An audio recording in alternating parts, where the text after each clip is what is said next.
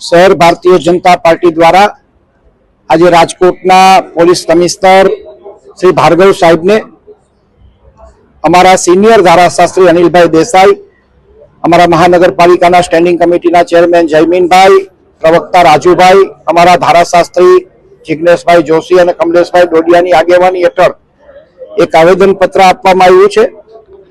જાગો લેવા પટેલ જાગો શીર્ષક હેઠળ કોંગ્રેસે એક પત્રિકા બહાર પાડી છે એવો અમારો સ્પષ્ટ એમની સામેનો આક્ષેપ છે। હાર ભારી ગયેલી કોંગ્રેસ આટલી નિમ્ન કક્ષાએ ઉતરશે એ કદાચ કોઈ પણ જાણતું નથી। રાજકોટના લોકો માટે પણ એક આશ્ચર્યજનક બાબત છે।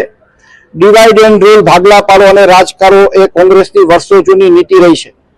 અમારી સ્પષ્ટ લાગણી છે કે આ અંગે તપાસ થવી જોઈએ। આઈપીસીની આઈટી એક્ટ હેઠળની જે કલમ છે એ કલમ હેઠળ પગલાં પણ ભરાવા જોઈએ અને તાત્કાલિક અસરથી આમાં જે કોઈ જવાબદાર હોય એની સામે પગલાં લઈ અને એની ધરપકડ થાય એવી અમારી લાગણી છે। આજે અમે લાગણી પોલીસ કમિશનર સામે વ્યક્ત કરી છે। ચોક્કસ અત્યારે અમે આવેદનપત્ર આપ્યું છે અને જો આમાં કોઈ જવાબદાર થશે, સાયબર મારફત આની તપાસ થશે અને આમાં જે કોઈ જવાબદાર હશે એની સામે પગલાં ભરાશે અને આઈપીસીની કલમ હેઠળ એની સામે અમે ફરિયાદ પણ નોંધશું। મુકેશભાઈ, સુરેન્દ્રનગરમાં આજે પીએમ મોદીની સભા હતી, તેમાં રાજકોટ લોકસભા બેઠકને પણ આવરી લેવામાં આવી હતી, પરંતુ